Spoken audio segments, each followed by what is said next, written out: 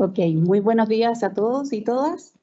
A nombre de la División de Gobierno Digital del Ministerio y Secretaría General de la Presidencia y en conjunto con el GovLab de la Universidad Adolfo Ibáñez, la Iniciativa Latinoamericana de Datos Abiertos ILDA y la Facultad de Estudios Internacionales Políticos y Urbanos de la Universidad de Rosario de Bogotá, les damos la bienvenida al seminario Gobernando los Datos en el Sector Público, una visión regional. Agradecemos la presencia de hoy a todos quienes nos acompañan, a nuestros invitados, panelistas, al jefe de la División de Gobierno Digital y la directora del GovLab, María Paz, que nos acompaña hoy. La visión de un Estado inteligente y proactivo y capaz de anticiparse a las necesidades ciudadanas no solo requiere contar con datos, sino que necesita reconocer los datos como un activo estratégico del Estado. Tiene el potencial de mejorar el ciclo de políticas públicas, de mejorar la transparencia de los procesos, apoyar la toma de decisiones y abrir las puertas para la colaboración y la innovación. Pero también conlleva ciertos riesgos, ¿cierto? Tenemos temas de seguridad y de resguardo de los datos personales, que son derechos que están instruidos en nuestra Constitución. Por tanto, avanzar en esta línea requiere, no es un proceso aleatorio y tampoco espontáneo, requiere necesariamente de un proceso intencionado, gobernado y coherente en base a reglas y estándares comunes que generen la capacidad del Estado para alcanzar todo el potencial de valor. Abordar cómo debemos avanzar en este proceso es la materia que vamos a abordar en este seminario y lo que nos convoca esta mañana. Iniciaremos con la presentación de nuestros connotados invitados, dándole aproximadamente 20 minutos a cada panelista para que nos cuenten de sus experiencias, buenas prácticas y aprendizajes en los distintos procesos que han vivido en sus áreas de trabajo. Y finalmente daremos un espacio para comentarios del jefe de la División de Gobierno Digital y la directora del GovLab. Finalmente daremos un espacio abierto para que ustedes nos puedan hacer preguntas al respecto. A continuación, y sin más tiempo para la introducción, para dar inicio a nuestro seminario, dejo con ustedes a Fabrizio Scrolini, quien expondrá sobre las lecciones aprendidas a partir del proyecto Empatía, bajo la cual se implementaron múltiples proyectos de inteligencia artificial en el sector público en diferentes países de Latinoamérica. Fabricio es director ejecutivo de la Iniciativa Latinoamericana de Datos Abiertos ILDA y miembro de la Red de Datos Abiertos para el Desarrollo. Por favor, Fabricio, te escuchamos. Gracias.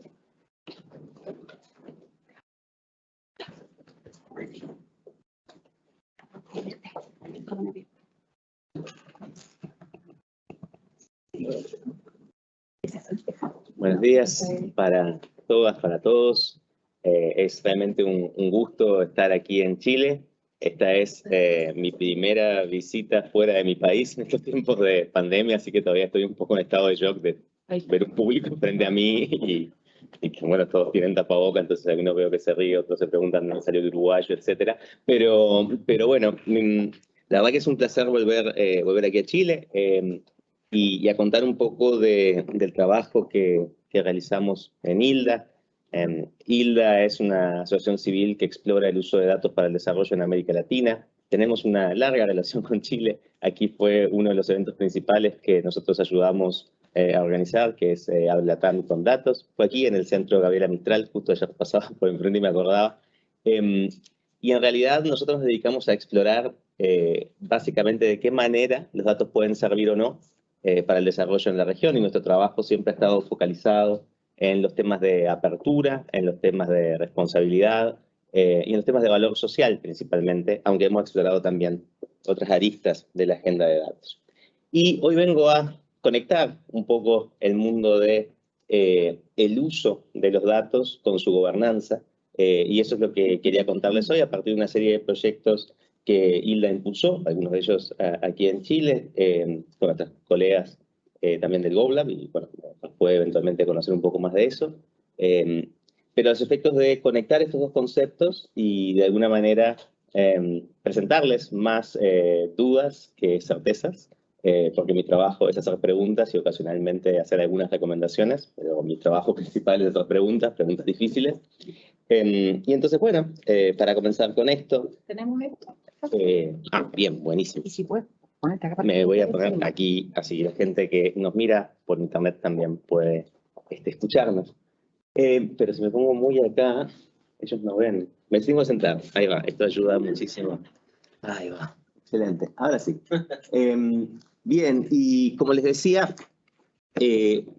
parte de lo que nosotros hicimos fue investigar cómo aprovechar la inteligencia artificial. Y cuando digo inteligencia artificial, sé que este es un público selecto y bien informado, pero quiero aclarar, no es que los robots vienen, no es que estamos hablando de una nueva conciencia universal basada en algoritmos, estamos hablando básicamente de lo que se conoce en la jerga técnica como machine learning o aprendizaje automático, supervisado o no supervisado, pero estamos hablando de esto, ¿verdad?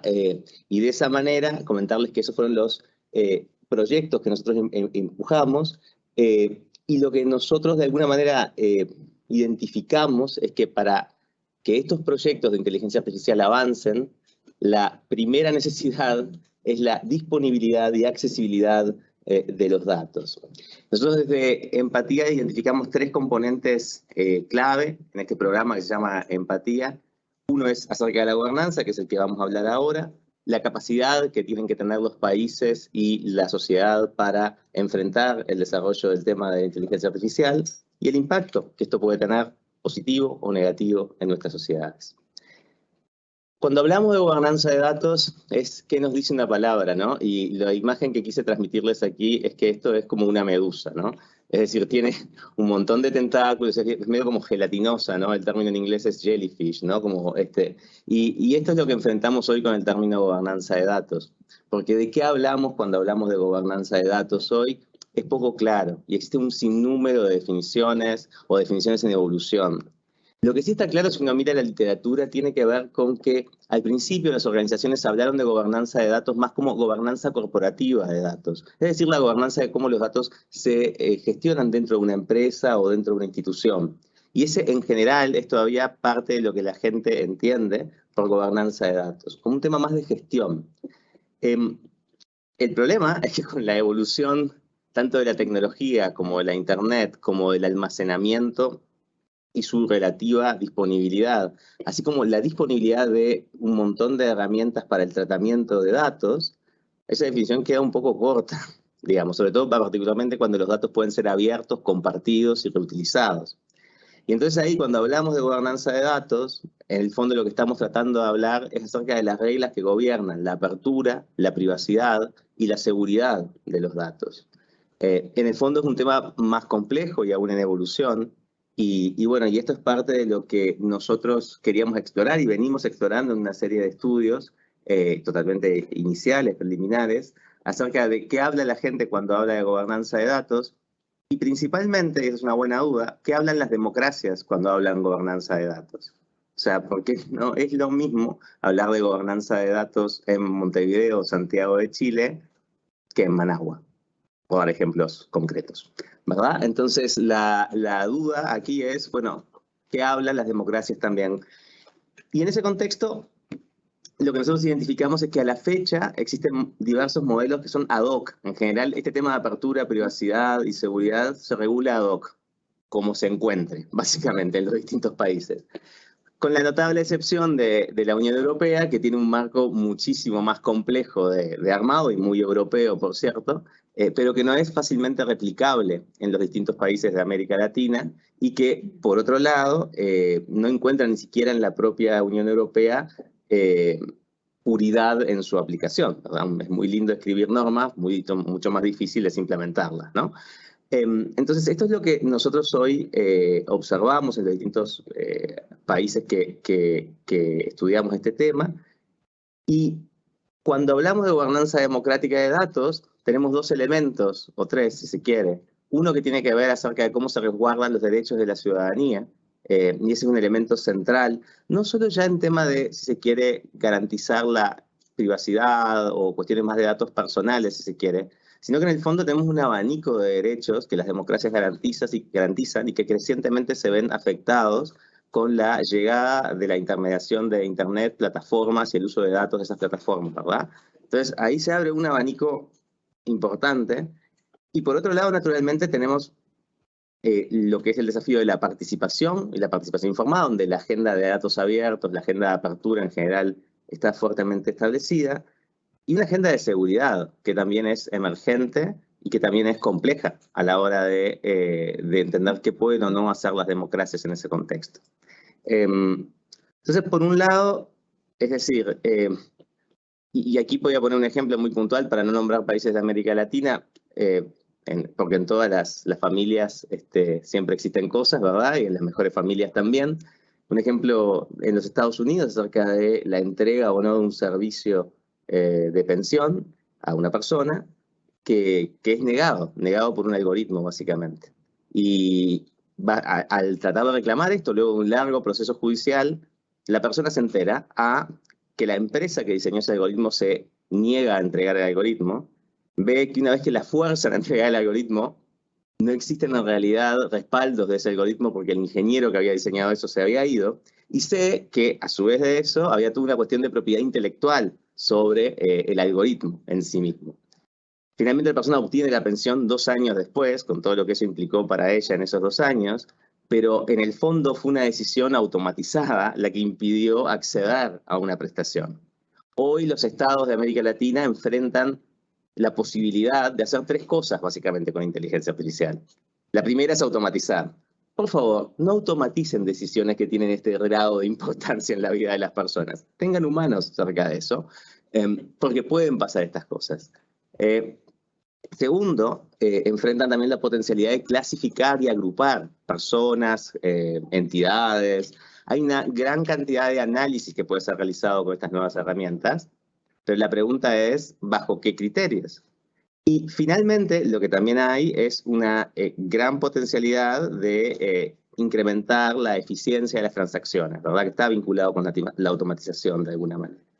Que también es posible, pero nuevamente es el tema de bajo qué reglas se realiza eso. Y en democracia hay una regla central, que creo que ustedes la conocen porque tiene una larga tradición de lo que se conoce como Estado de Derecho, y es que el Estado debe explicar sus acciones, básicamente, a la ciudadanía. Es un principio muy básico, que es algo que muchos algoritmos no pueden hacer. Cuanto más complejo el algoritmo, más difícil es explicar eso.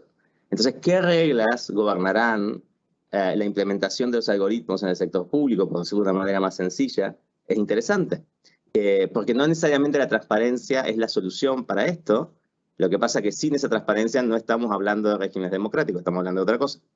O sin determinados niveles de transparencia, no estamos hablando de regímenes democráticos. Podemos charlar acerca de qué implica los niveles de transparencia, pero básicamente tenemos un problema, sobre todo a la hora de estos algoritmos entrando en acción, ¿verdad? O sea, tomando decisiones o asistiendo a los gobiernos de turno a tomar decisiones. Hecho esto, lo que nosotros tratamos de explorar era de qué manera también se podía transferir al sector público determinadas tecnologías, o básicamente cómo el sector público podía apropiarse de esto del Machine Learning.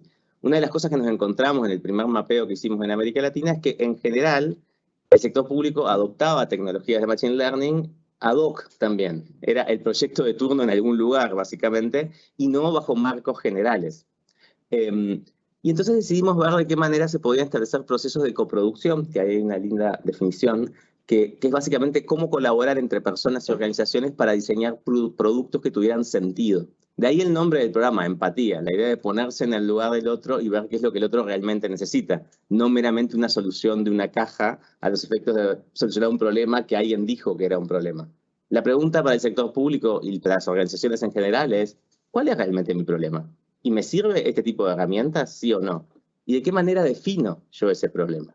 Y ese es parte del desafío, y fue parte de lo que nosotros tratamos de hacer en empatía, a su vez como transferir una serie de nociones acerca de cómo funcionan estos algoritmos.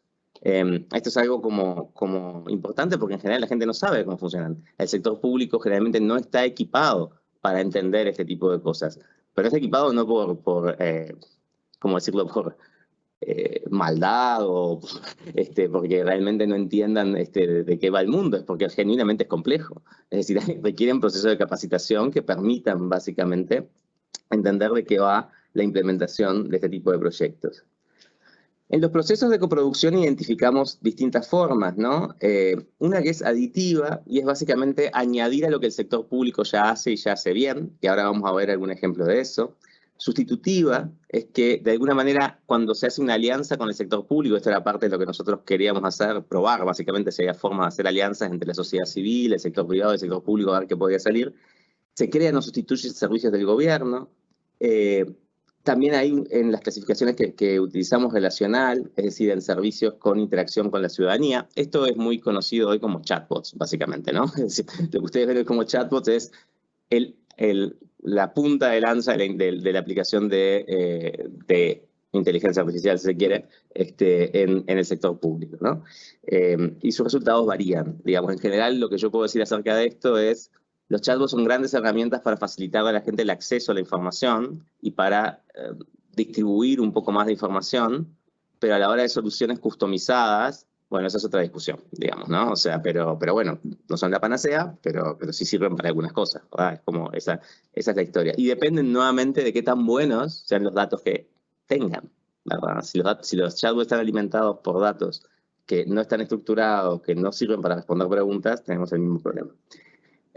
Después individual o colectiva, dependiendo de los grupos involucrados, y voluntaria o de compliance. Los casos que les voy a presentar, este es uno muy concreto de Uruguay en DINAGUA, y aquí estamos jugando un poco en esas categorías. DINAGUA es la Dirección Nacional de Agua de Uruguay, y lo que nosotros facilitamos en ese proceso fue explorar cómo esta entidad podía utilizar datos para mapear las tomas de agua en territorio. Uruguay es un país ganadero con muchísimo uso del recurso agua y no siempre un uso muy adecuado. El mapeo de tomas de agua le permite a DINAGUA potencialmente identificar dónde se está haciendo un buen uso del agua o no en base a las imágenes satelitales y en función de eso tratar de realizar inspecciones básicamente o de alguna manera enviar a sus inspectores a donde considera adecuado o necesario. Este proyecto está terminando ahora, fue un poco más lento, aprendimos un montón de cosas acerca de cómo implementar esto en el sector público. También aprendimos de la importancia de tener una infraestructura de datos geográficos del Estado disponible y abierta, ¿no? Y tener las fotos de eso, y sin ese tipo de infraestructura de datos no se podía hacer esto. Teníamos que ir a comprarle a un privado, básicamente, los datos, ¿verdad? Este es otro de los secretos acerca de cómo funciona la inteligencia artificial. Si van a tener algo que valga la pena, o consiguen buenos datos que el Estado creó y pagó, o se los compran a alguien. Pero hacer esto sin datos que valgan la pena ni lo intentan, ¿verdad? Entonces eso es como algo que también aprendimos. Y bueno, y ahí las herramientas que utilizamos fueron Computer Vision y redes convolucionales, pero también buena parte de este trabajo siempre está en las personas que hacen el etiquetado y la parte más artesanal de esto, que es cómo se etiquetan los datos. Y sobre eso podemos charlar un poquito más. En México, lo que nos pasó con un caso de Prospedia, que es una startup mexicana, fue que se tomaron los datos de la encuesta de salud mexicana y con eso se generó básicamente un modelo de riesgo para detectar qué tanto las personas podían tener dos tipos de enfermedades. Notoriamente el caso de diabetes y enfermedades cardíacas, ¿no? El riesgo que podían tener.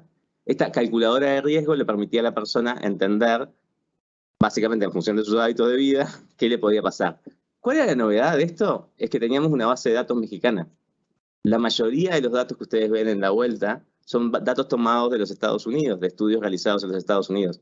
Para las mujeres esto debe ser algo relativamente común. La mayoría de los testeos y estudios de medicamentos y estudios de cinturones de seguridad y un montón de estudios no contemplan la variable de género. En general, para nosotros y para muchos países del sur, no somos contemplados en las variables de muchas de las bases de datos, porque no importamos, o porque básicamente no somos tomados en cuenta porque, bueno, quien lo diseñó en ese momento. Y tal vez, y con los recursos que tenía, y tal vez no esté mal como una aproximación a algo, pero no es lo suficientemente exacto, no representa realmente a la población involucrada. Y finalmente tenemos el caso de IA2 en Argentina, que básicamente lo que este caso trataba de realizar, y ya estoy terminando, es...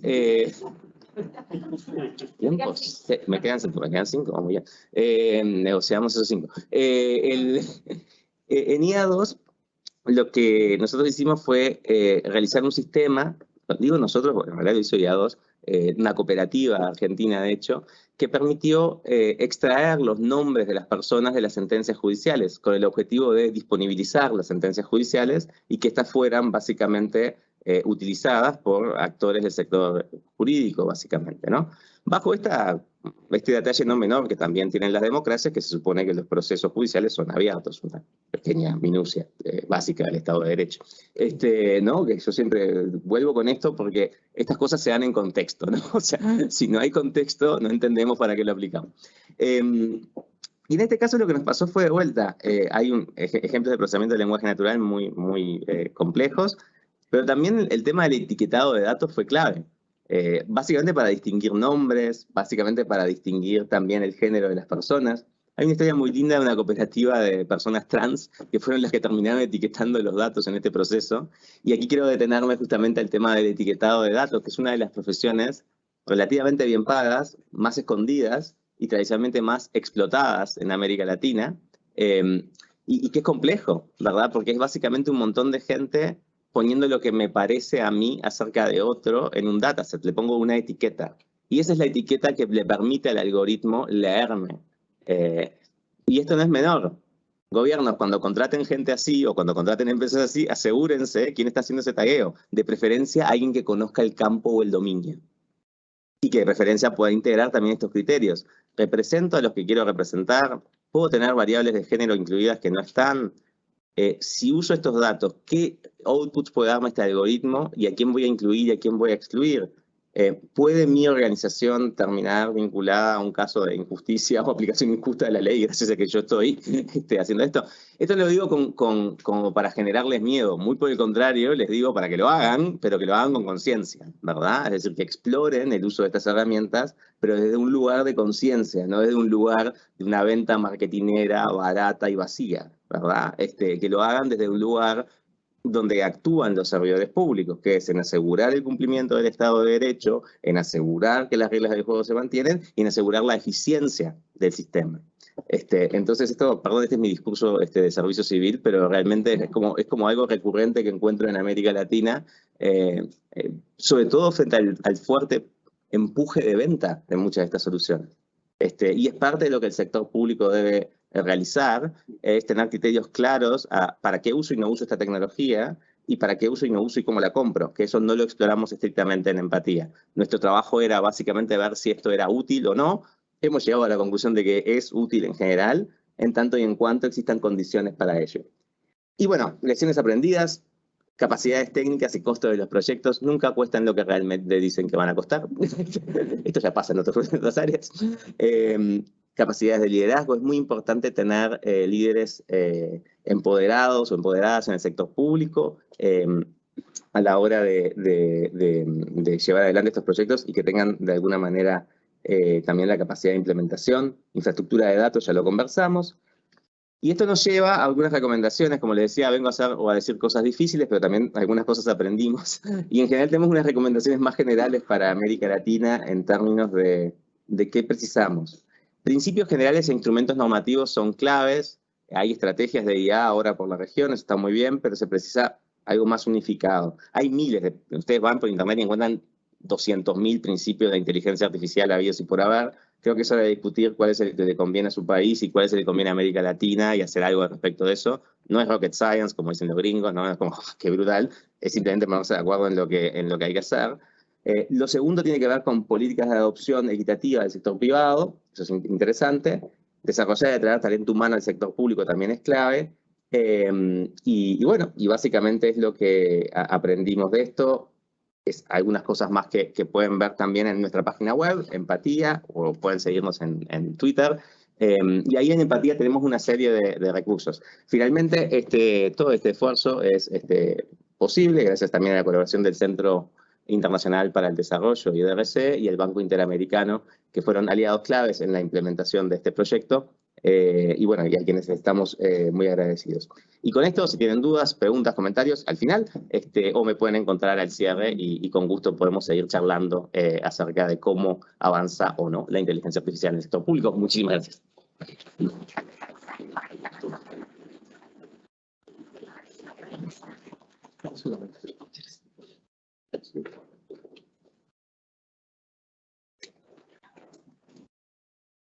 Muchas gracias, Fabricio. Establecer una gobernanza de datos presenta diversos retos.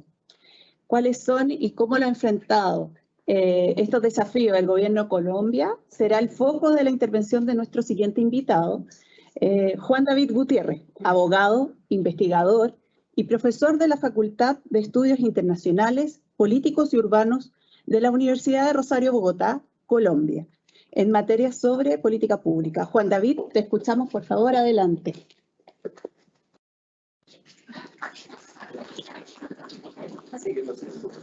Okay. Bueno, muy buenos días. Muy buenos días para todos. Es un gusto estar acá. A mí me pasa muy parecido como a Fabricio, que todavía me impresiona mucho ver a las personas que durante 2 años era como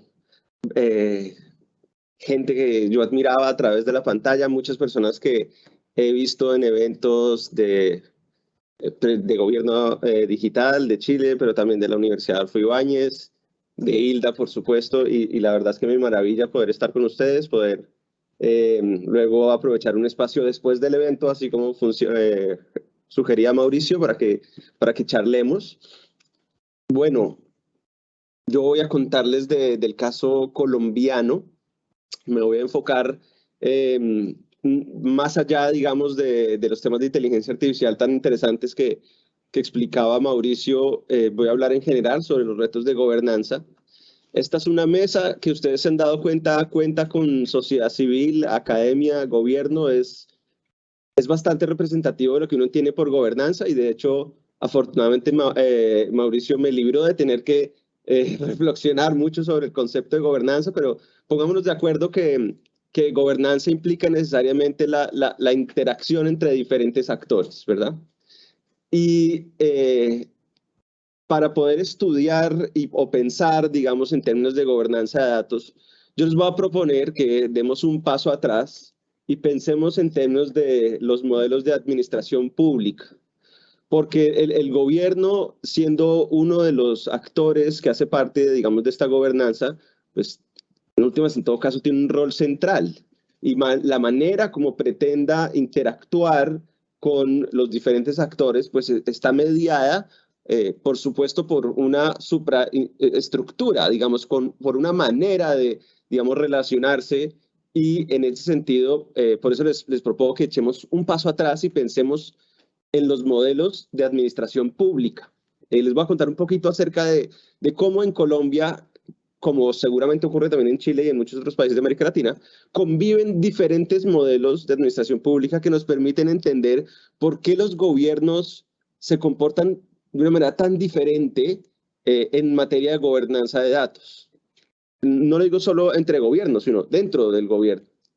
Y, por supuesto, para que ustedes puedan conocer el caso colombiano, también les voy a contar muy rápidamente acerca de nuestro marco regulatorio de política pública sobre gobernanza de datos. Y, por supuesto, que me referiré a los retos que tiene el gobierno colombiano en relación con esa gobernanza. Entonces, comienzo por el tema de modelos de administración pública. En la literatura, digamos, de administración pública, hay 3 grandes modelos que aparecen en diferentes momentos de la historia y que son modelos tipo, ¿verdad? Digamos, estos realmente no nos imaginemos que en la Constitución dice nosotros tenemos el modelo burocrático. No, digamos, esos son modelos tipos, pero que permiten sintetizar precisamente qué principios, qué valores, qué herramientas utiliza el Estado para cumplir con sus funciones. Entonces, en Colombia,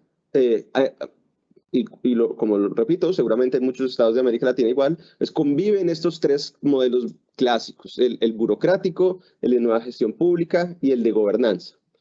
Y cada uno tiene impacto, o la manera, digamos, de aproximarse de cada uno de los modelos tiene impacto sobre cómo los datos se usan y el flujo de datos. Entonces, permítanme caracterizar de una manera muy, digamos, somera los 3 modelos y cómo, digamos, se da precisamente esa relación con los datos. Tenemos un modelo burocrático que es eminentemente jerarquizado, con un ideal apolítico, digamos, en donde el mérito prima, donde prima el principio de legalidad, los funcionarios solo hacen aquello que la norma les dice, donde se espera que haya un alto grado de estandarización en los procedimientos, donde además en teoría el Estado es muy autosuficiente, quiere prestar servicios directamente, servicios públicos directamente, siente que no necesita a los demás. Es una relación en donde realmente hay unos actores que son, digamos, gubernamentales y unos administrados, literalmente. No es una relación donde yo piensa como interactuar mucho, intercambiar, no, yo te estoy administrando a ti. Y por supuesto, eso implica generar una serie, digamos, de herramientas para poder concretar, digamos, esa visión de precisamente automatizar y estandarizar procesos, de regular y de prestar directamente servicios públicos. Por supuesto que este modelo de hace siglos, pues, implica un flujo de datos que es muy unidireccional. O el Estado te pide datos y tú no sabes qué pasó, o el Estado provee datos, ¿verdad? Entonces, digamos, en nuestras administraciones públicas hay muchas instancias donde sigue operando, digamos, esta visión, ¿verdad? Ya sea porque, por ejemplo, el Estado considera que son asuntos sobre los cuales no tiene obligación de hacer mayor revelación y apertura de datos, imaginemos asuntos de seguridad nacional, ocurre muchísimo en Colombia. Y ustedes dirán, bueno, pero eso parece que en un estado que tenga un plan de gobierno abierto de datos o en un estado en donde, que imaginemos esté apostando a la innovación pública, pues eso debería existir muy poco. Pero no, sigue existiendo. Les quiero empezar a contar paradojas del estado colombiano. Entonces, durante la pandemia, una de las normas, digamos, de emergencia estableció que el derecho de petición, que es la manera como los colombianos podemos acceder a la información pública, y es un derecho fundamental que además se puede exigir ante un juez, tenía un plazo determinado, que era 15 días. Y el gobierno, en razón a la emergencia sanitaria, dobló y triplicó los tiempos de espera para ofrecer esa información.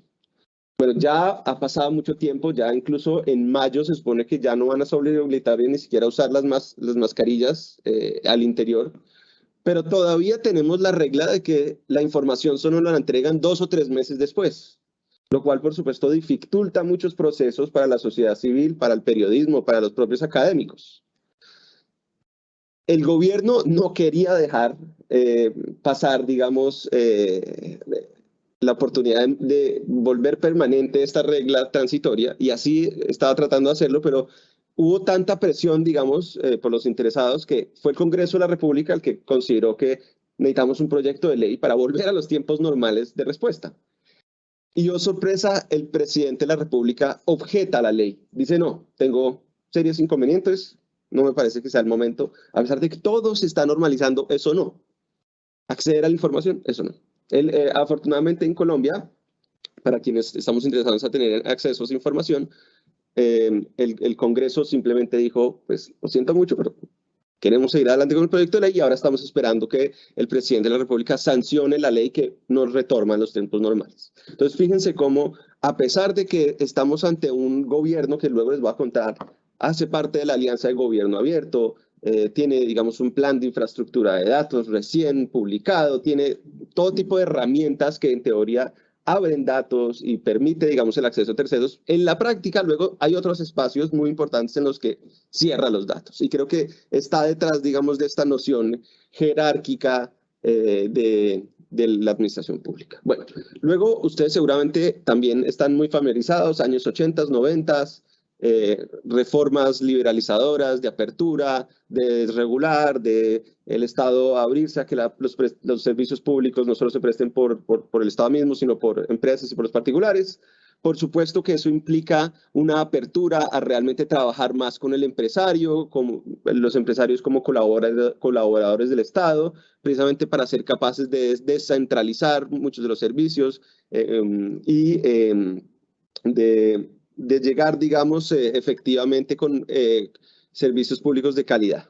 Ahora, eso, por supuesto, que implica el uso de diferentes herramientas de tecnología con la cual quizás ya estamos acostumbrados para hacer los servicios más eficientes, muchos de ellos basadas en Internet, cosas tan sencillas como solicitar un turno para que lo atiendan a uno, digamos, en cualquier servicio público y se hace por internet, no hay que ir hasta allá, bueno, cosas así, en donde el flujo de datos se vuelve bilateral. Empezamos a encontrar que el Estado ya no solo informa, sino que está interesado precisamente en interactuar con el usuario, digamos, y digo usuario a propósito porque este es un modelo en el que el gobierno trae muchas herramientas de administración privada y empieza ya no a hablar de ciudadanos, sino de usuarios, en donde empezamos a ver que, por ejemplo, el Estado ya no simplemente cuelga en una página web información sobre los contratos públicos,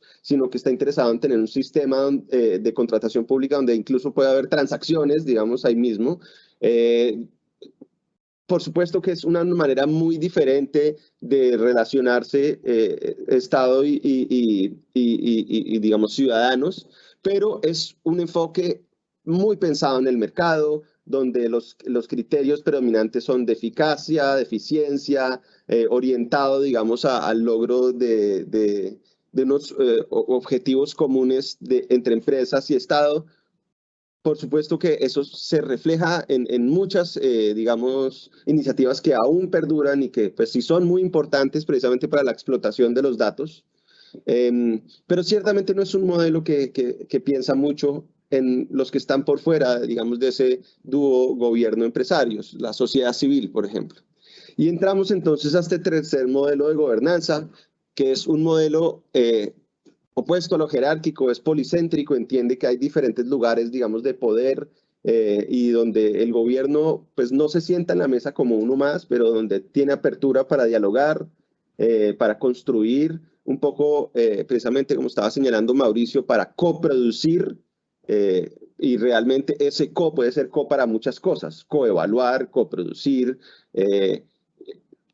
y en ese sentido es un Estado que busca generar valor público conjuntamente con la sociedad civil, con los empresarios, donde por supuesto tiene que haber mucha cooperación y por supuesto, digamos, eso nos lleva a iniciativas mucho más recientes que buscan precisamente conectar esas redes, generar, digamos, oportunidades no simplemente que los ciudadanos, por ejemplo, accedan a información pública para hacer algo y para producir algo, sino que realmente los estados, particularmente el gobierno colombiano, está apostándole a figuras en donde los datos se integran, en donde los datos no simplemente fluyen de un lado para otro, sino que se integran. Está apostándole a un modelo de data trusts, a un modelo de data marketplaces, a un modelo de common data, y es por supuesto muy diferente a los otros modelos que estamos hablando, pero en Colombia superviven los tres y a veces uno ve que unos obstaculizan a otros. Para darles otros ejemplos, de pronto se me quedó un ejemplo. En el anterior modelo de gestión pública, donde las transacciones son muy importantes, en Colombia, cuando se crea el Sistema Electrónico de Contratación Pública, SECOP, la página las diseñaron de tal manera que no se podía utilizar herramientas de web scraping para extraer datos, porque le ponían un captcha que hacía que no nos dejara, digamos, realmente hacer extracción de los datos y tratar de construir algo. Y uno dice, bueno, pero sí, ya estás cumpliendo con tu propósito de hacer una transacción, pero no nos estás realmente dando accesibilidad a los datos. Y hasta hoy seguimos, ese que acabo de decir ya lo resolvieron, porque hoy en día hay un portal de datos públicos que le permita a uno una mayor accesibilidad, entonces hay que reconocer que en el tiempo se mejoraron, pero aún hoy en día tienen unas mañas, perdón la expresión, muy raras. Entonces, por ejemplo, el Departamento Administrativo de la Presidencia publica en su página web los decretos, pero para poder entrar al PDF hay un captcha antes, por cada norma que vayas a consultar. Y eso es algo como que recientemente involucrado. No sé, ¿qué está pasando acá? Se supone que el Departamento de Presidencia es el que está liderando precisamente estas herramientas de gobierno abierto y sin embargo está actuando de una manera como un poquito esquizofrénica.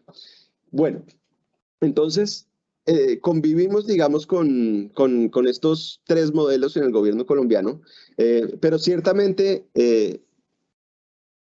en materia de gobernanza de datos, pues ha habido una progresión muy importante, comenzando, digamos, creo yo, en la primera década del siglo XXI, con una agenda transversal de construir la capacidad para recolectar, procesar y, digamos, dar apertura a los datos con, digamos, infraestructuras básicas de conectividad, de capacidad en las unidades de gobierno de producir la información, de recolectarla, de conservarla, creando, digamos, además un entorno de, digamos, de principios, lineamientos en materia, por ejemplo, de ciberseguridad, de transparencia, de privacidad. Aprovecho para explicar algo de privacidad que en Colombia de pronto es diferente a otros países, y es que en Colombia el derecho a la protección de datos personales es un derecho fundamental. Y en ese sentido también puede ser protegido por un juez, aparte de que nosotros tenemos una autoridad de protección de datos personales que es bastante activa.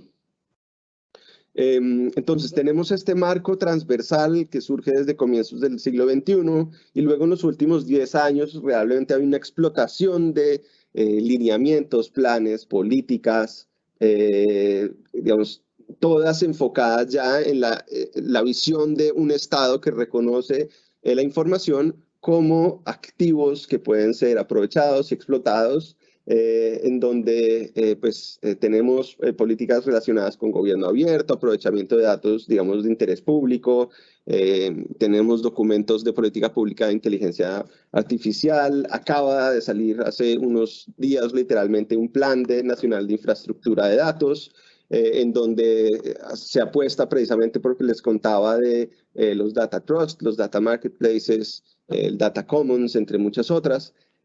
Supremamente interesantes, digamos, es por supuesto que la política pública comienza por ser digamos, un instrumento a través del cual el Estado o el gobierno hace una declaración de intenciones. Yo quiero esto, yo quiero aquello, este es mi objetivo, este es el mundo futuro posible que me identifico.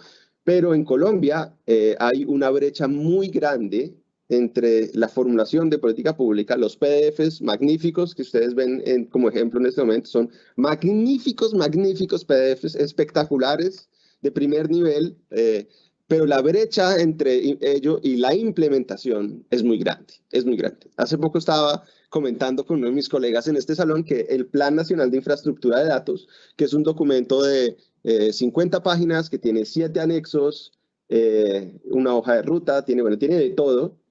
Cuando lo publican para comentarios, el gobierno colombiano da solo 3 días para comentarlo. 3 días, no es más.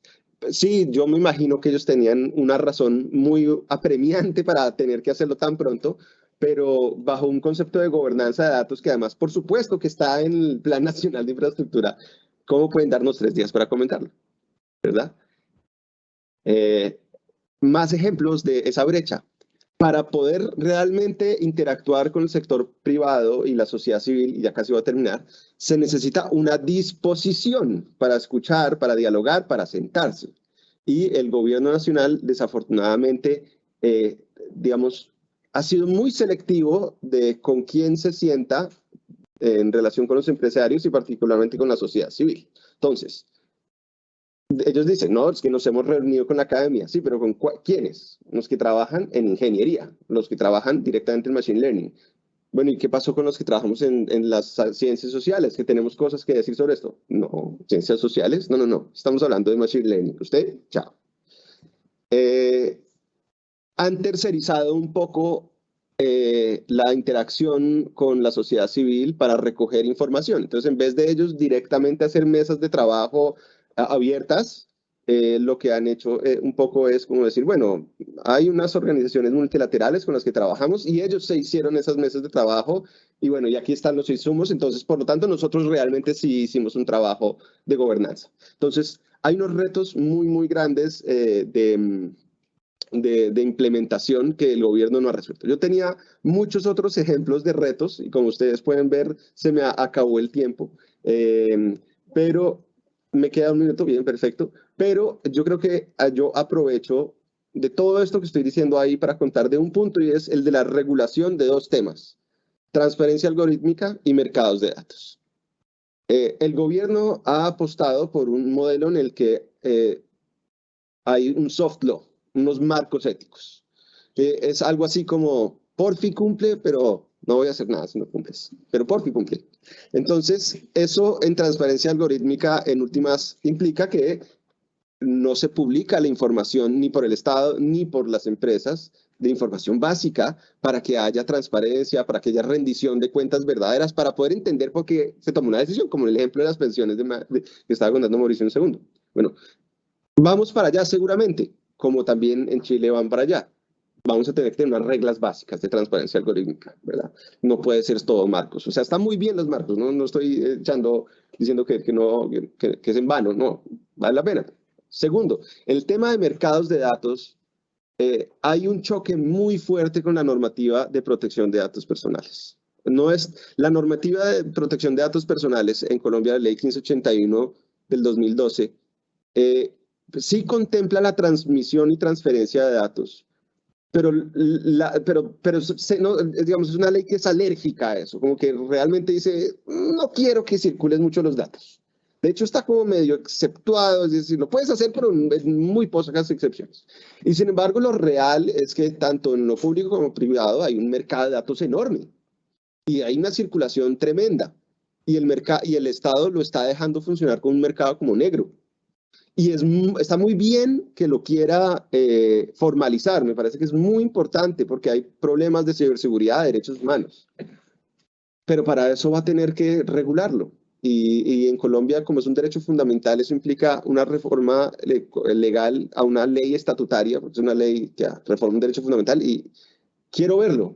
Entre otras porque, por ejemplo, para dar otro ejemplo de lo que hace falta, la ley no pensó en los usos derivados de datos, que son tan importantes, digamos, en este contexto. Entonces, bueno, con eso termino. Les doy las gracias. Ahí tienen mi correo electrónico, pero ojalá podamos hablar al final del evento. Adiós. Gracias.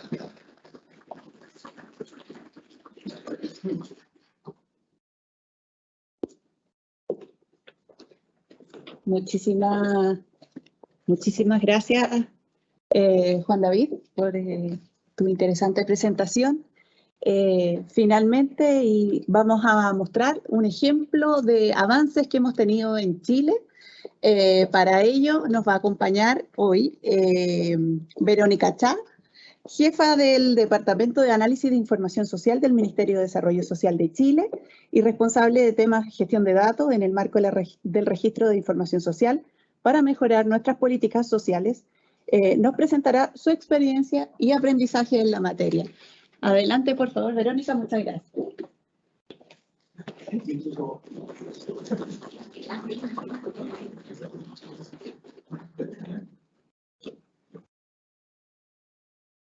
Muchas gracias. Muy buenos días a todas y a todos. Estoy feliz de poder ampliar el espacio, el espectro de personas y de instituciones a las cuales llegamos contando un poco la historia de lo que hemos avanzado en gobierno de datos. Les iba a decir lo que era gobierno de datos, pero ya lo han hablado bastante. Básicamente no olvidarnos de que estamos hablando de procesos, de cambios de formas de trabajo, de estilos, impactos en cómo las personas hacen las cosas. Pero en términos de preguntas iniciales había que hacerse varias. Por ejemplo, ¿cuál es su alcance? Nos vamos a dedicar a los datos de los funcionarios, a los datos de gastos, que también son gastos, que son datos relevantes, a los datos de beneficios. Nos íbamos a dedicar a todos los datos que administra el ministerio o solo algunos de ellos. Había que definir un alcance. ¿Y qué datos queremos gobernar? Allí, los datos solamente de, por ejemplo, de la Subsecretaría de Evaluación Social, que es donde yo trabajo directamente en el ministerio, o los datos de todo el ministerio. ¿Qué metodología podríamos usar? También le pedimos a alguien que viera los distintos modelos que había disponibles y teníamos que escoger un modelo, alguna forma para trabajar. ¿Y cómo empezamos? ¿Por dónde empezamos? Afortunadamente tuvimos el apoyo de la alta dirección de nuestra subsecretaria en su momento para poder empezar a trabajar. Y lo primero fue identificar una fuente de datos que fuera suficientemente relevante para que nosotros empezáramos este proyecto. Nosotros decidimos que no podíamos abordar todos los datos que tiene el Ministerio, que es en el fondo cuando uno habla de gobernar datos, esto es como si uno quiere implementar, no sé, un ISO 9000 o un CMMI en una empresa, o tomas la empresa entera o tomas ciertos procesos que son los relevantes. Por las condiciones, por presupuesto, por capacidades, por foco, por montones de cosas, nosotros decidimos que íbamos a trabajar solamente con ciertos grupos de datos. ¿Y con cuáles? Bueno, resulta que para eso tenemos ciertos desafíos normativos nosotros, en nuestra subsecretaría y en particular en nuestra división, en el departamento que yo tengo a cargo, que tenía motivadores, drivers súper relevantes para escoger qué datos.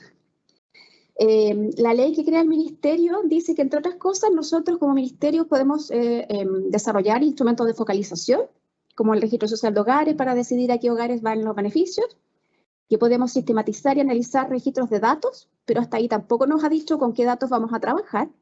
Pero también nos dice que vamos a administrar el registro de información social.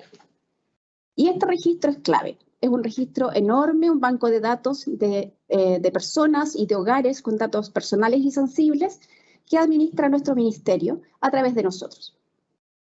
Y además, para alimentar este registro y para poder hacer mejores políticas sociales y políticas públicas, tenemos la atribución para poder solicitar a otros ministerios o servicios públicos datos que nosotros necesitamos para poder llevar a cabo ese trabajo, ¿sí? Además, esos datos no son solamente para nosotros, sino que a través de ellos nosotros apoyamos al resto de los servicios públicos, a ustedes, cuando tienen que hacer evaluaciones de políticas sociales o cuando tienen que identificar potenciales beneficiarios a través de esos mismos datos. Entonces, en realidad, era una fuente de datos súper relevante. Así que en esto estaban las claves de con qué teníamos que quedarnos. Este registro es tan relevante que tiene como finalidad proveer a la información para la asignación de los beneficios y para hacer también análisis de desarrollo local a nivel de regiones o a nivel de municipios. O sea, estamos para servir no solamente a nivel central, sino también a las regiones y a los 345 municipios. ¿Y qué tipo de datos contienen? Los que se requieran para poder asignar beneficios, las características de las personas, qué los hace elegibles, qué beneficios recibieron. En realidad es un mundo enorme de datos. Se hagan una idea de qué tipo de cosas tenemos en este registro en particular. Tenemos información de vulnerabilidad socioeconómica, actualmente el registro social de hogares, pero también tenemos el histórico de la ficha de protección social, tenemos el histórico de la ficha CAS, o sea, si queremos mirar la historia social de Chile, está en este registro. Tenemos información de las prestaciones sociales que los distintos ministerios y servicios entregan, más de 1.800 millones de registros, donde cada línea es un beneficio que una persona o una familia recibió. Beneficios sociales entregados por municipios, ahí tenemos un poquito menos de información, pero también tenemos datos del registro civil, de distintos tipos de información que maneja el registro civil, datos de educación de distintas fuentes de datos, desde la educación parvularia, escolar, superior y sobre titulaciones, información de ingresos de las personas, del trabajo, laborales, por tanto, o de pensiones o del capital, de distintas fuentes de datos. Manejamos información de patrimonio, de propiedades de casas, propiedades de naves marítimas, de automóviles y datos de ubicación territorial.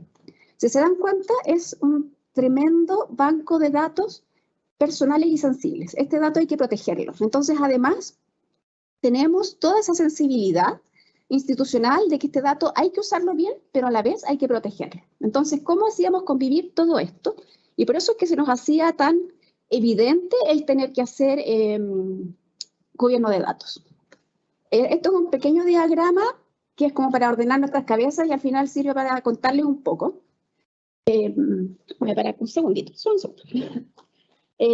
Nosotros recibimos información, algunas internas, de nuestras propias prestaciones sociales que administra el Ministerio, pero también nos relacionamos con los otros servicios públicos y con las municipalidades que nos entregan información. Esta información entra a un espacio nuestro y procesada de cierta forma vuelve hacia estos actores internos y externos a nuestra organización y también sigue otro ciclo de trabajo nuestro. La generación, por ejemplo, de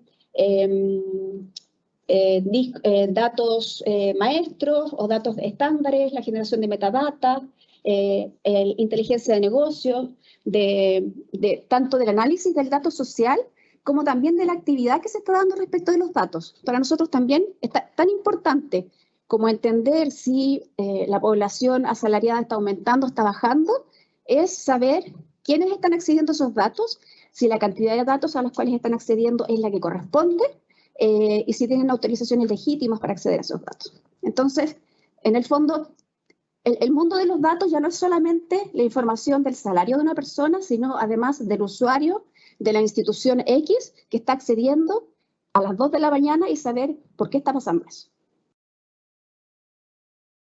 ¿Cómo entregamos o cómo interactuamos con esta información? Hemos tenido la fortuna de contar con suficientes recursos internos como para poder disponibilizar distintos mecanismos de interacción. Entonces nos acomodamos más bien a las capacidades de las instituciones para saber cómo les hacemos llegar los datos o cómo recibimos los datos. Entonces tenemos SFTP, usamos extranet nuestras o de las otras instituciones, utilizamos algunas infraestructuras web también para poder hacer intercambio. Incluso muy recientemente hicimos nodos de interoperabilidad con el instrumento de gobierno digital y ya hicimos la prueba y está. Eso está listo, entonces hay cosas de empezar con los primeros casos emblemáticos para ir moviéndonos también a esa forma de interacción y ofrecerla también en nuestros convenios. Entonces, solamente para terminar de contarles de los matices o dificultades de estos datos, los datos nosotros sabemos que se pueden utilizar nominados, con root, identificando personas, familias, identificando domicilios concretos, correos electrónicos concretos, cuando se utilizan para focalización, para identificar beneficiarios, ¿sí? Pero cuando nosotros o alguna entidad necesita hacer estudios, necesitamos, por ejemplo, ahora ver cómo se va a entregar la bonificación a los hogares para compensar la canasta de alimentos, por ejemplo, que es lo que está en las noticias ahora, no necesitamos saber el RUT. Entonces, si la DIPRES o incluso nuestras mismas áreas de estudio necesitan analizar el dato, pueden trabajar con datos procesados que tengan suficiente información para hacer el estudio, pero no necesitan el RUT o la identificación exacta de la persona. Entonces, esas también son decisiones de tratamiento del dato para proteger la privacidad de la persona, utilizando el máximo uso en el cual el dato puede ser usado. Y si queremos o nos piden entregar datos, llamar libremente o publicar información, hay que hacer un tratamiento que es mucho más complejo, que es de innominación indeterminabilidad, que es tratar el dato para asegurarse dentro del conocimiento técnico que tenemos disponible de que no va a poder ser posible reidentificar personas específicas o grupos de personas específicas o familias atacando la base de datos que nosotros hemos innominado con otras bases que estén disponibles, ya sean legítimas o ilegítimas, ¿sí? Además, nosotros tenemos el marco normativo, nos dice que tenemos que hacer convenios. Yo sé que con la ley de transformación digital también, o tal vez se facilite un poco este mundo, porque viene toda una línea de facilitar cómo se van a hacer los convenios, pero nosotros ya tenemos vigentes 54 convenios con instituciones de nivel central, tenemos 6 más en proceso de cambio, tenemos con los 345 municipios, y además tenemos una instancia en la cual abrimos en los datos para que universidades que cumplen con ciertas características puedan realizar investigación de especial interés del Ministerio, a lo que nosotros llamamos RIS Investigación, y con ellos ya tenemos 18 universidades trabajando y vienen algunas más nuevas del último proceso. Entonces tenemos también un abanico de instituciones a las cuales llegar con distintos tipos de datos y en distintos formatos. Y más encima, el registro social de hogares tiene sus propias reglas. Entonces, el registro social de hogares, siendo parte del RIS, tiene sus particularidades legales que nos obliga a tener ciertas normas adicionales. Entonces, todo ese mundo es el que nosotros teníamos que abordar desde el gobierno de datos. Entonces, obviamente, para nosotros fue natural escoger el registro de información social como el dato que íbamos a gobernar. Partir por ahí. Si logramos gobernar el registro de información social, el resto es nada, es facilísimo. Designar un equipo de trabajo. Tuvimos el apoyo para mover a 3 personas para trabajar en esto. Esto no funciona haciendo las mismas cosas de siempre. Tenemos 3 personas específicas trabajando en gobierno de datos, más un coordinador que tiene labores más compartidas, pero teníamos que dedicar personas específicamente a trabajar en esta materia. Además, para que tuviera éxito al interior de la organización, tuvimos que empezar a mirar casos de uso que tuvieran sentido para la organización. Proyectos, ejemplos, iniciativas que de verdad a alguien le doliera al interior de las divisiones y que dijera, sí, en realidad yo necesito saber que el dato con el que estoy trabajando, por ejemplo, para hacer indicadores con registros administrativos, sean de buena calidad. O yo necesito que los datos que llegan a RIS Investigación estén suficientemente documentados para que las universidades sepan cómo trabajar con esos datos. Entonces nos pusimos a buscar algunos ejemplos, casos de uso, para poder tener como aliados a esos grupos de trabajo, a esas divisiones, a esas partes de la institución en esta iniciativa. Y además para que nos ayudaran a identificar cuáles eran los primeros pasos a dar. Porque en gobierno de datos uno puede partir desde definir las cuestiones súper macro, casi que la misión, la visión, o uno puede partir de otra forma. Y nosotros decidimos partir de otra forma, de abajo hacia arriba. Y como estándar de trabajo, escogimos DAMA, por Data Management. Ese fue el estándar que nos apareció finalmente en todas partes, como que era el último que estaba en la frontera. Si es bueno o es malo, no sé, pero es suficientemente amplio como para que nos ayudara a ordenar las ideas. Tiene 11 prácticas que van de temas de arquitectura de datos, documentación, calidad de los datos, seguridad, uso de datos maestros, interoperabilidad, o sea, abarca un montón de líneas y de espacios de trabajo que son relevantes para poder meterse en este tema de la gobernanza de datos. Entonces ahora, muy rapidito, me voy a pasar a contarles un poquito de ejemplos concretos de cosas que hemos hecho, porque para que no se imaginen que esto es de verdad que uno da vuelta del cielo a la tierra todo. Son desde cosas pequeñas a cosas un poco más grandes. Por ejemplo, para involucrar a la autoridad, nosotros empezamos a mandar correos electrónicos semanalmente al gabinete y a un grupo de autoridades a nivel del ministerio de lo que estábamos haciendo. ¿Qué convenios estamos discutiendo? ¿Qué set de datos tenemos? ¿Qué cosas están atoradas? ¿Qué proyectos estamos evaluando? Semanalmente se avisa eso. Y además nos armamos una pequeña intranet con recursos internos, porque tampoco daba para salir a comprar, esta cosa tenía que ser costo eficiente, para tener a mano cosas normativas, cosas de algunas reuniones que estamos haciendo, las colgamos ahí, algunas capsulitas de capacitación. Entonces, ocupar los recursos que teníamos para ir haciendo estas cosas. También nos empezamos a juntar con instituciones, nos juntamos con varias ya a estas alturas, que están trabajando lo mismo, que están preocupados de las mismas cosas, y hemos llegado a que hay una conciencia general, y está evidente acá, hay una conciencia general en la necesidad de empezar a usar estándares, de tomar el tema del gobierno de datos como una tarea que teníamos que abordar como Estado. Hay avances dispares en lo que nosotros hemos visto, desde algunos que están muy recién empezando con la idea, otros ya contratando consultorías, otros trabajando con recursos propios, algunos ya tienen equipos designados para trabajar en esta materia. Y eso significa que van a ir habiendo avances cada vez más seguidos. Y de hecho hay algunas personas que son tan entusiastas que yo sé que le han escrito a José, le han escrito a Medio Mundo, tratando de que armemos una comunidad para compartir experiencias. Porque lo que hemos aprendido en estas interacciones es que finalmente el compartir experiencias es muy rico y muy necesario, porque hay pequeños detallitos, pequeños matices que hacen la posibilidad de que nosotros avancemos dramáticamente en ciertas materias, y a veces uno se da vuelta pensando en grandes cosas y hay cosas pequeñas que sí se pueden hacer. También lo que hicimos fue hacer talleres internos. Nos dimos cuenta que a pesar de que el ministerio trabaja con muchos datos de personas y personas de gente vulnerable y datos sensibles, porque hay datos de salud, datos de etnia y cosas por el estilo, no hay tanta sensibilidad diseminada sobre estas materias, sobre el uso ético de los datos, sobre la privacidad, sobre la normativa que es exigible para nosotros. Entonces tuvimos que hacer talleres con la Fiscalía Ministerial y nos metimos a hablar de todas estas cosas, rescatamos al oficial de seguridad, también lo sumamos a la iniciativa para poder trabajar en eso. Afortunadamente pudimos avanzar en sacar una resolución que norma un poco el trabajo que hemos venido haciendo, que norma ciertas prácticas de protección, de actualización, de calidad y uso ético de datos al interior del ministerio, que nos obliga a generar una planificación anual de qué es lo que se va a hacer a nivel ministerial. Además, esta resolución le dio carácter ministerial a la iniciativa. y formalmente generó una unidad de gobierno de datos. Entre las cositas proyectos chiquititos que salieron en torno a esto, por ejemplo, nos metimos con los PIA, los Privacy Impact Assessment, que aparecen en la Ley de Protección de Datos de Europa, que en el fondo no es más que una forma de evaluar las iniciativas que usan datos para ver si acaso se hace un uso ético del mismo.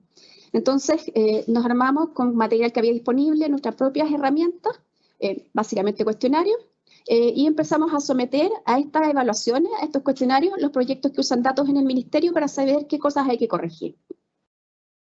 En temas de interoperabilidad, como estamos interoperando con tantas instituciones desde o hacia nosotros, empezamos también a armar muchos dashboards para ver en qué están y cada vez que se cae algo, que estemos avisados y poder ver con las instituciones qué es lo que está pasando, ¿sí? Por ejemplo, cuando nosotros tenemos algún problema, que es raro, cuando el registro civil tiene un problema, que es frecuente.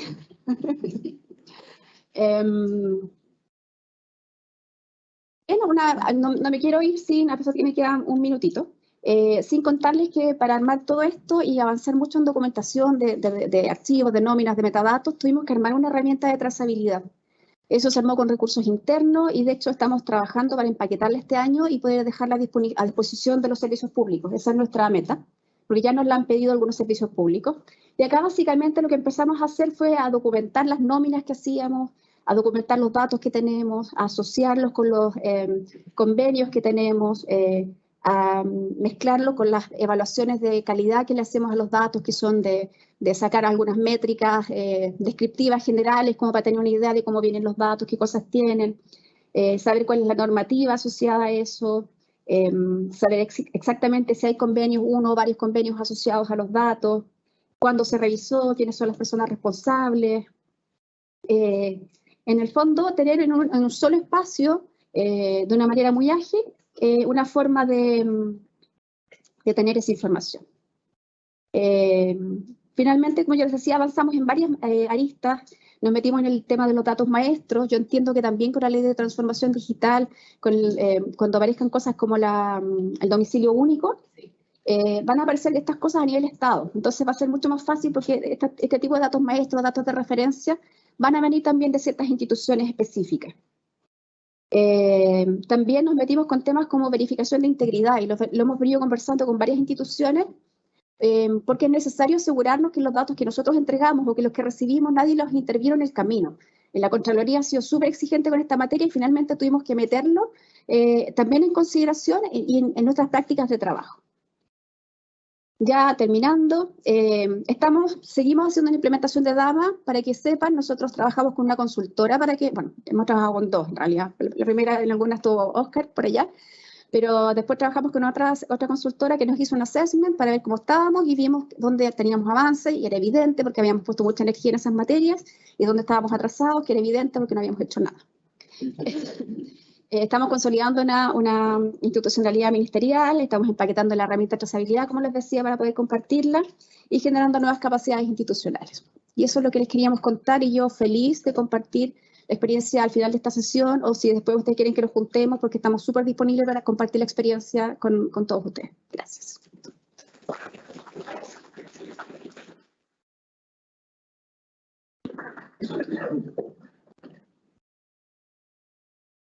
Muchas gracias, Verónica.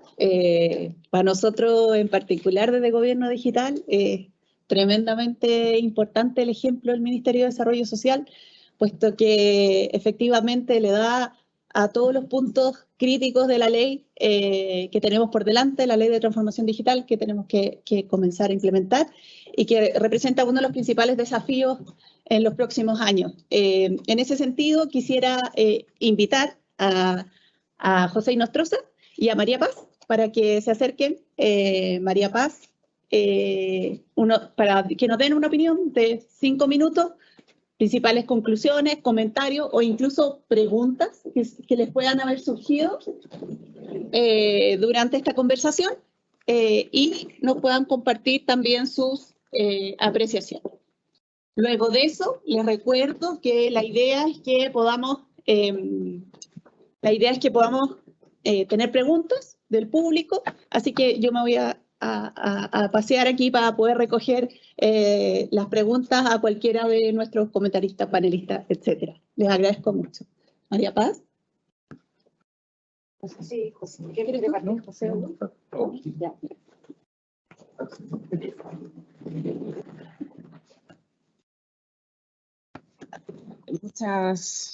Muchas gracias. Voy a poner el cronómetro para no pasarme, ya que me tocó controlar el tiempo a los colegas. Bueno, gracias por las excelentes presentaciones. En verdad, muchas reflexiones. La primera es que ojalá construyamos un modelo de gobernanza de datos basado en el modelo de gobernanza colaborativa, digamos, el tercer modelo de administración pública, ¿no es cierto?, que planteó Juan David, porque creo que es importante aquí lo que también decía Fabricio, la coproducción, ¿no es cierto?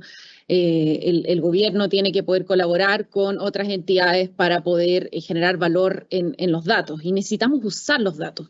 En el GovLab hacemos un énfasis muy importante y tenemos muchos proyectos en uso ético de los datos, uso responsable de los datos.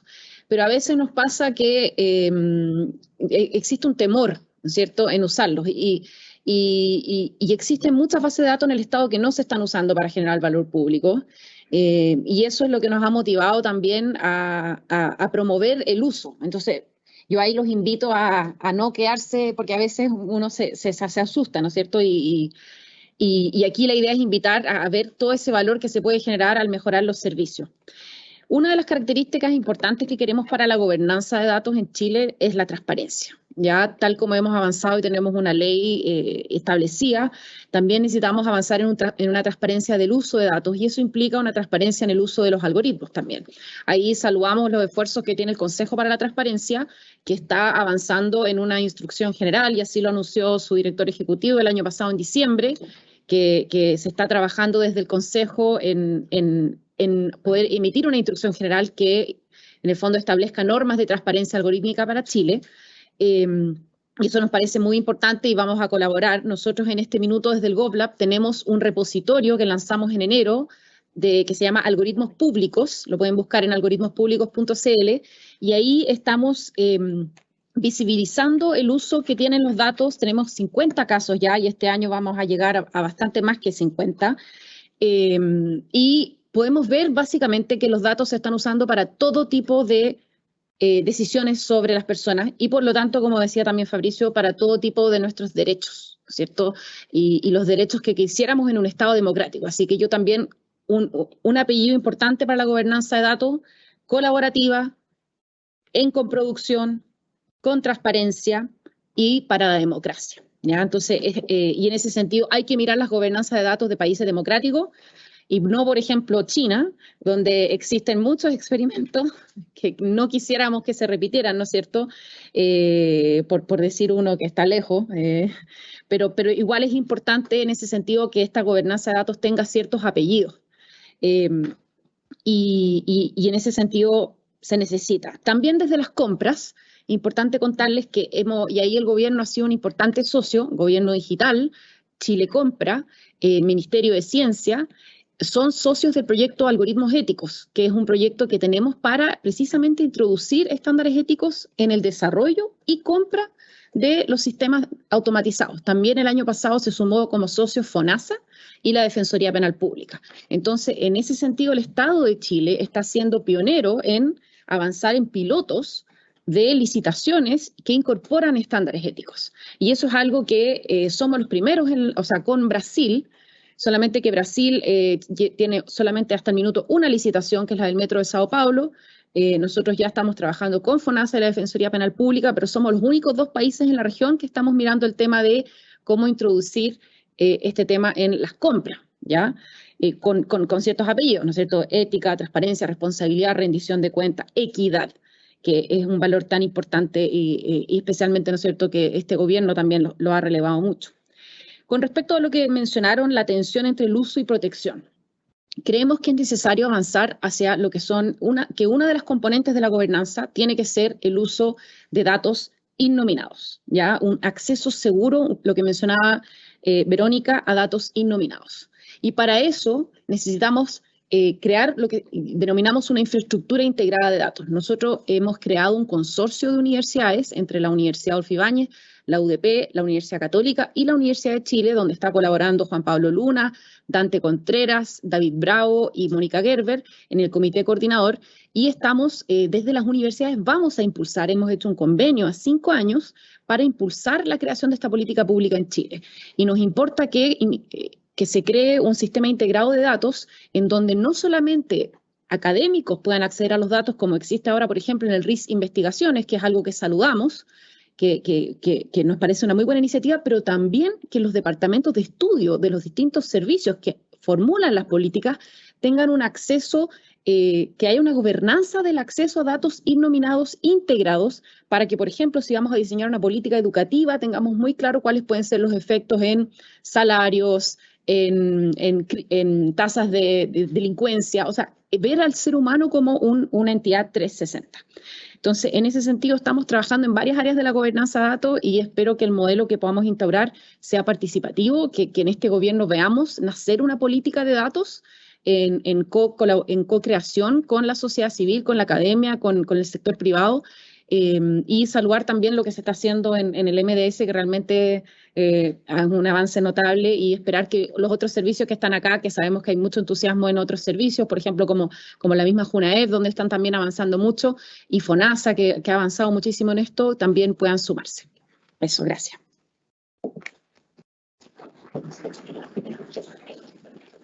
Tienen que robar un poquito para la cámara. Muy bien, ¿se escucha?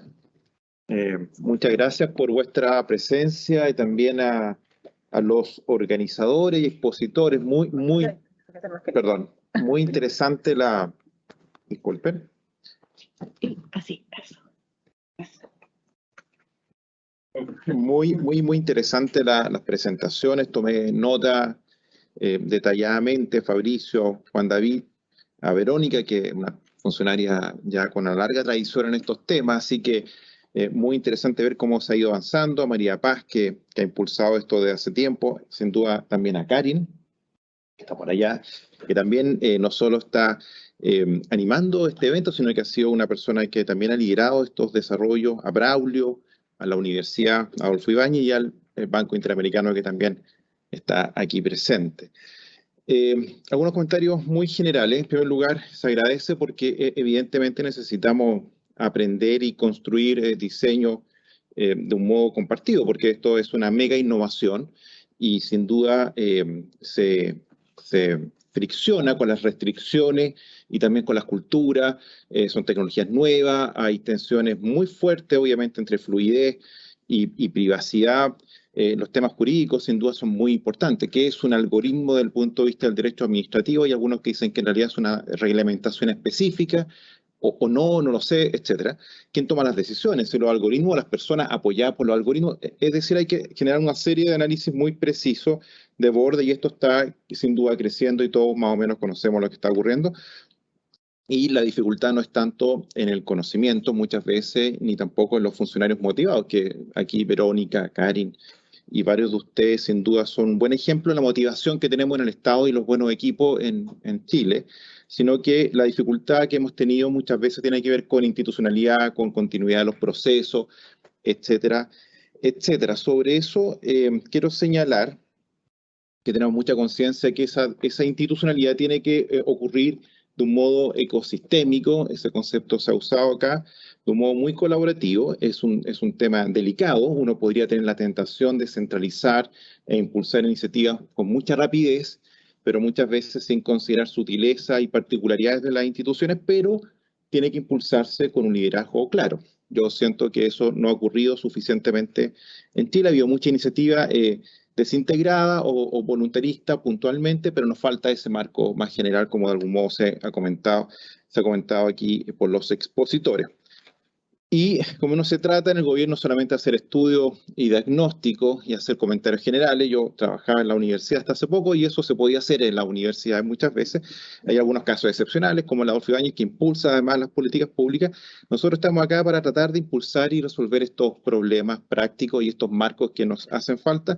Y en ese sentido tengo una noticia positiva y creo que buena, sobre todo por las personas que han seguido esta temática hace ya un tiempo.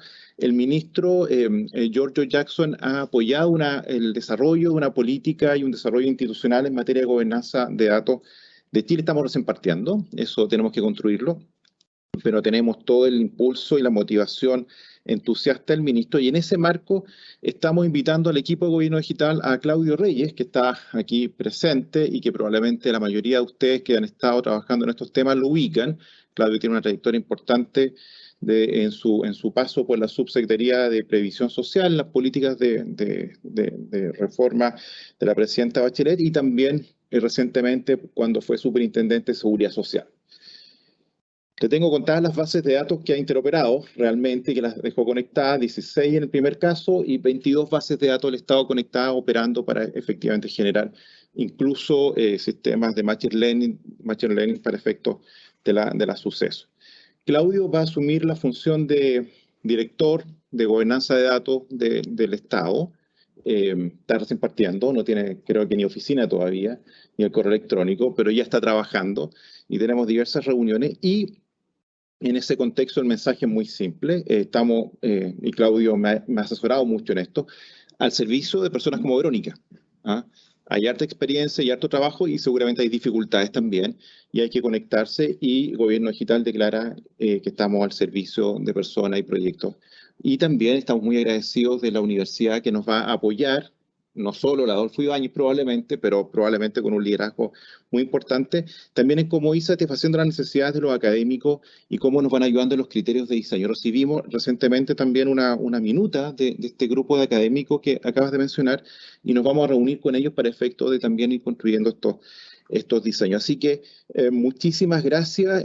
Tenemos muchos desafíos, Fabricio. Efectivamente, el potencial de inteligencia artificial es enorme y buenos ejemplos en Chile, pero también necesitamos los datos y necesitamos cumplir los estándares. Y eso es un desafío importante. Muchísimas gracias.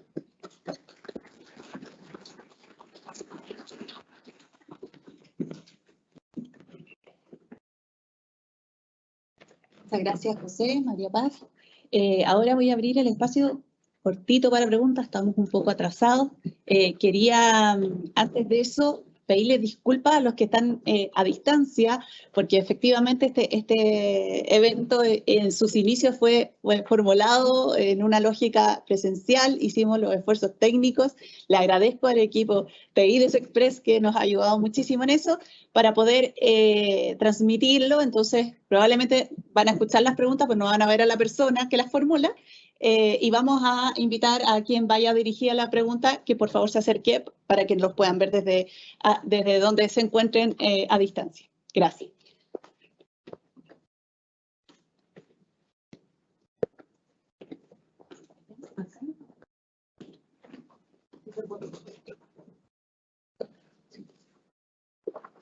Muchas gracias. Alejandro Barro, de Espacio Público. Tengo dos preguntas, en realidad no pensé que él se las iba a hacer. Cualquiera que la quiera tomar, digamos, me parece bien. Primero me da felicitarlos, creo que ha sido muy interesante toda la ponencia. Y la primera pregunta dice relación en algo que no vi en las presentaciones. Uno ve modelos de gobernanza de datos, esta lógica de modelos centralizados o modelos descentralizados. De hecho, hay países que lo han optado, como el caso de Nueva Zelanda, un modelo más bien centralizado, y otros más distribuidos, pero en Europa hay varios ejemplos. Esa es una definición que es bien importante. De hecho, el Ministerio de Ciencia convocó a un conjunto de especialistas que plantearon, hicieron análisis de los modelos, no se jugaron por uno, quedó abierto. Y por lo tanto, mi pregunta es, ¿cuál es lo que ustedes recomendarían, dado las características de la región?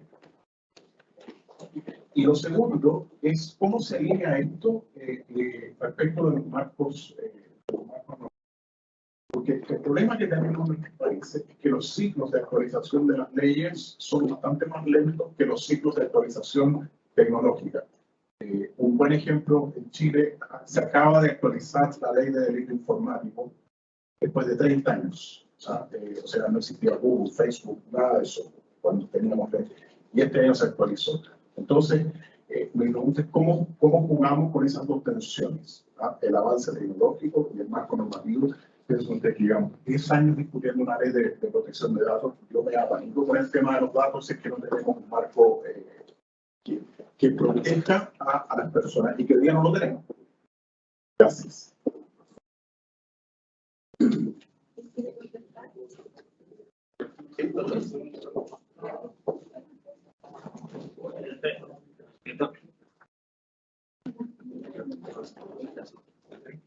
Capaz que voy sobre el segundo y dejo a Juan David con la tarea de contestar la primera.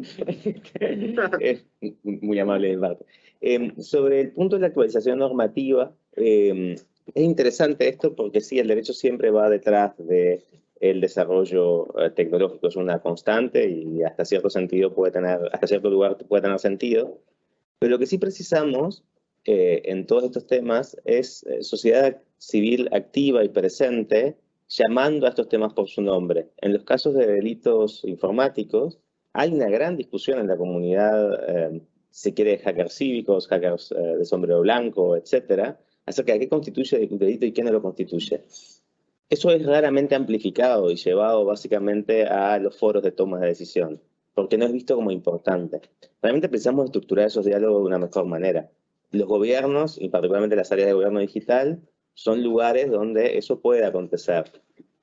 Hay algunos ejemplos en la región donde, no necesariamente a través de los espacios de gobierno abierto, aunque pueden ser un canal, se han hecho, hay consejos, digamos, que favorecen la participación de múltiples actores. La clave para mí, y eso es un problema más, si se quiere, sistémico, es cómo empujar a muchos de estas voces a que tomen lugares preponderantes en esta agenda y propongan básicamente la necesaria regulación legal y hagan el trabajo del Congreso. Y honestamente también educar al Congreso. Es decir, hay un trabajo de educación. Hay que ir puerta a puerta, diputado por diputado, diputada por diputada, explicando por qué es importante. Y eso no hay vuelta. O sea, me parece que eso es la gente que entiende, remangarse y hacerlo, pero también creo que hay un tema más estructural de muchos países de América Latina, de cómo estructuramos una sociedad civil capaz de levantar alguna de estas banderas, de por qué es necesario, no sé, reflexionar acerca de la violencia de género en línea, o de la violencia en línea más generalmente. Entonces, ¿cómo se regula eso? No sé, en mi país siempre aparece alguien con una buena idea como cerrar Facebook y cerrar Internet. Y es como, muchachos, me parece un poco extremo. ¿No? Y ese tipo de cosas siguen apareciendo nuevamente. Entonces, es como, ahí me parece que no queda otra que estructurar sociedad civil y, por otro lado, para quienes trabajamos en estas cosas, remangarse, golpear puertas y explicar. Y así muchas y muchas veces. Bueno, gracias Fabricio por dejarme la primera. No, por favor. No, pero ya fuera de chiste, yo quisiera abordar las dos porque además me parece que están interconectadas. Yo creo que yo no me atrevería a decir que en América Latina o en determinado país debe prevalecer X o Y modelo centralizado, porque ciertamente pues, habrá que adaptarlo a las circunstancias, precisamente por lo rígido que es no solo digamos, el marco legal, sino el mismo modelo de administración pública. Entonces, déjame de pronto darte una reflexión desde el caso colombiano. El Plan Nacional de Infraestructura de Datos que mencionaba y que fue expedido recientemente, genera como unas paradojas. Y es que Colombia ya tenía un portal de datos abiertos, pero entonces el Plan Nacional de Infraestructura anuncia un nuevo gran portal de datos, pero nunca dice qué entidad lo va a tener a cargo. Y lo que hemos visto es que en el Estado colombiano en los últimos años hay diferentes entidades que están como tratando de liderar el tema, pero sin que ninguna, digamos, finalmente tome el control, y razón por la cual se están multiplicando, digamos, esfuerzos y mejor duplicando esfuerzos, generando además nuevos desafíos, por ejemplo, de interoperabilidad. Entonces, claro, uno en una circunstancia así se podría ver muy atraído por un modelo más centralizado, decir, no, resolvamos esto, centralicémoslo.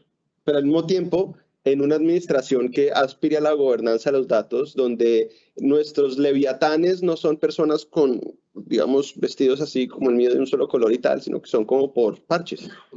Y pretender entonces en ese estado de cosas tener una visión centralizada donde digamos, todo esté atado a un control central, digamos, pues me parece que seguramente va a generar muchas restricciones restricciones a la innovación, y voy entonces ahora sí con el otro punto, y es, bueno, ¿qué hacer con el tema de que los ciclos de política pública y los ciclos regulatorios no siempre están a la par con los avances de tecnología, o no siempre, o casi nunca están a la par?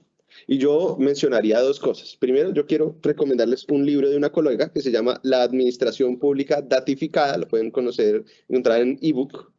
Y es un libro en el que ella precisamente propone un cuarto modelo de gestión o administración pública, en donde precisamente el Estado tiene esta visión de aprovechar los datos para generar valor público junto con los diferentes actores digamos, del mercado y de la sociedad civil. Y dentro de lo que, digamos, el tipo de herramientas que aspira a usar esa administración pública datificada, ustedes seguramente las tienen muy en el radar, son herramientas de experimentación regulatoria. Entonces, ¿cómo podemos lograr que de una manera sistemática y estructural el Estado abra espacios regulatorios para la experimentación que nos permitan estar un poquito más al día? Porque si no, pues siempre vamos a estar esperando que salga la resolución o la ley. Y en Colombia, en ese camino vamos bien. Entonces, eso hay que reconocerlo. Entonces, en este momento, por ejemplo, hay un sandbox de privacidad por diseño, digamos, y que también incluye temas de inteligencia artificial, que además es liderado por la Agencia de Datos, de Protección de Datos colombiana. Hay sandbox en materia de telecomunicaciones también. Digamos, eso creo que es una respuesta estructural a decir cómo hacemos para mantenernos al día. Y por último, perdón que me extienda tanto, pero hay algo que estaba comentando con mis colegas el día de ayer, y es que a veces la agenda pública, es decir, la agenda de la opinión pública, no va al mismo tiempo que la agenda de gobierno. Es decir, las preocupaciones y la atención del gobierno a asuntos públicos a veces no coincide con lo que las personas están pidiendo. Y lo que yo he visto, y esto no es solo para Colombia o América Latina, sino en muchos otros países del mundo, es que a veces son los escándalos públicos los que mueven la agenda, los que hacen que el gobierno se mueva. En Holanda hace poco un gran escándalo por un sistema automatizado que señalaba quién posiblemente había defraudado al Estado en unas, digamos, ayudas estatales. Y eso fue, digamos, el algoritmo realmente no funcionó bien y señaló a cientos de personas que eran absolutamente inocentes por un mal funcionamiento del algoritmo. Y eso generó todo tipo, digamos, de impactos, que incluso hubo personas que se suicidaron porque cultural y socialmente no soportaron ese señalamiento que le estaba haciendo el Estado.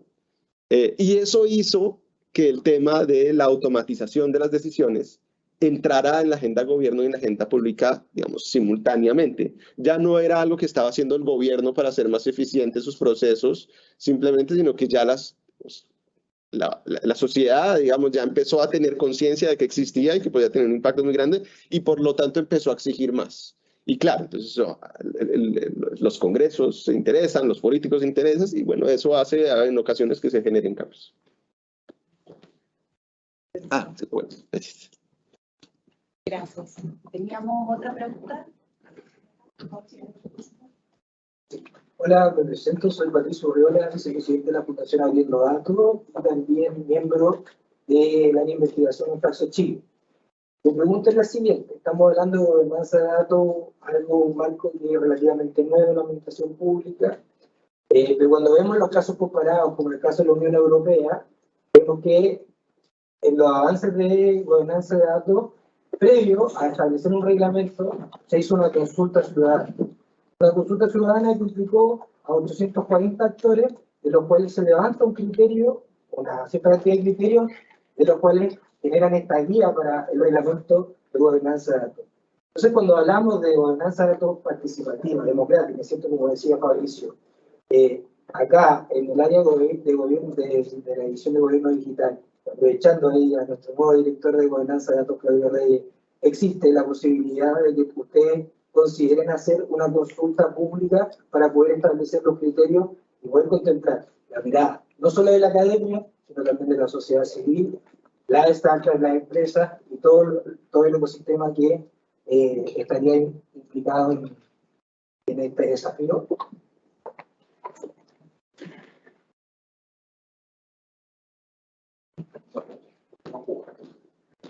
Bueno, buenos días a todos y a todas. Pese a que todavía no asumo. Pero, a ver, a mí me hace mucho sentido y creo que para ese lado vamos a una colaboración en materia de datos. Y no incluye solamente el sector público, entre el sector público, que ya hay un desafío importante de colaboración al interior del Estado, sino también la colaboración con la academia, con los privados, con la sociedad civil, de tal manera de construir este ecosistema de una manera mucho más ampliada. Y en ese sentido, claro, me interesa mucho la respuesta de Colombia, porque creo que vamos a tener que explorar formas de gobernanza distintas probablemente, pero muy ad hoc a nuestra propia situación. Sí, yo le agregaría que, sin duda, la respuesta es sí, tenemos que desarrollar esos procesos consultivos y participativos. No es fácil, o sea, para ser bien transparente y honesto, esta unidad muy innovadora y empeñosa, etcétera, son solo 63 personas y tienen un nivel de escala de trabajo que creo que son pocos los casos en el Estado que están a cargo de estos niveles de transaccionalidad. Entonces, no es fácil asumir esos procesos que son complejos. También tenemos que pensar innovadoramente cómo hacerlo para que no toda la solución sea gobierno digital, entonces genera un proceso participativo con 200 personas durante un año, etcétera, para construir un reglamento. Tal vez las universidades nos pueden ayudar en eso. Las soluciones no son que lo haga la universidad por una parte y gobierno digital por otra, sino que eventualmente colaboremos en esto. La universidad obviamente tiene más capacidad en generación de redes y este tipo de eventos. Ahora, por otra parte, también hay que ser claro, nosotros tenemos que también avanzar, teniendo en cuenta el paso que tenemos que codiseñar, pero hay cosas que son más o menos evidentes en el Estado respecto de la colaboración. Se comentó el caso del registro civil. El registro civil es un nodo crítico en el Estado chileno, tiene, no sé, el 20-30% de las transacciones de todo el Estado. Si se cae un cable, como ocurrió el otro día, quien atiende deja de funcionar adecuadamente por el resto de los servicios públicos. Entonces, ese tipo de cosas también tienen que ser atendidas rápidamente. Yo creo que no hay mayor dificultad en que uno tenga un criterio de mejorar este tipo de operaciones. Es decir, este es un abanico grande. Tenemos harto trabajo, estamos recién partiendo. Claudio todavía no tiene correo electrónico, pero vamos a empezar a fortalecer esta unidad. Bien, en honor al tiempo, vamos a dejar las preguntas hasta acá, porque en realidad ya estamos pasados 10 minutos y por respeto a las agendas de todos. Sin embargo, quería agradecerle a nuestros invitados por su participación, los aportes, los aprendizajes. Estamos seguros desde el Gobierno Digital que este es solamente el puntapié inicial de estas conversaciones. Vimos que hay muchas aristas y por lo tanto probablemente va a requerir de reunirnos bastante más seguido, conversar y establecer nuevos puentes de diálogo. Así que los dejo invitados hasta la próxima y les agradezco muchísimo por el interés y la participación. Muchas gracias.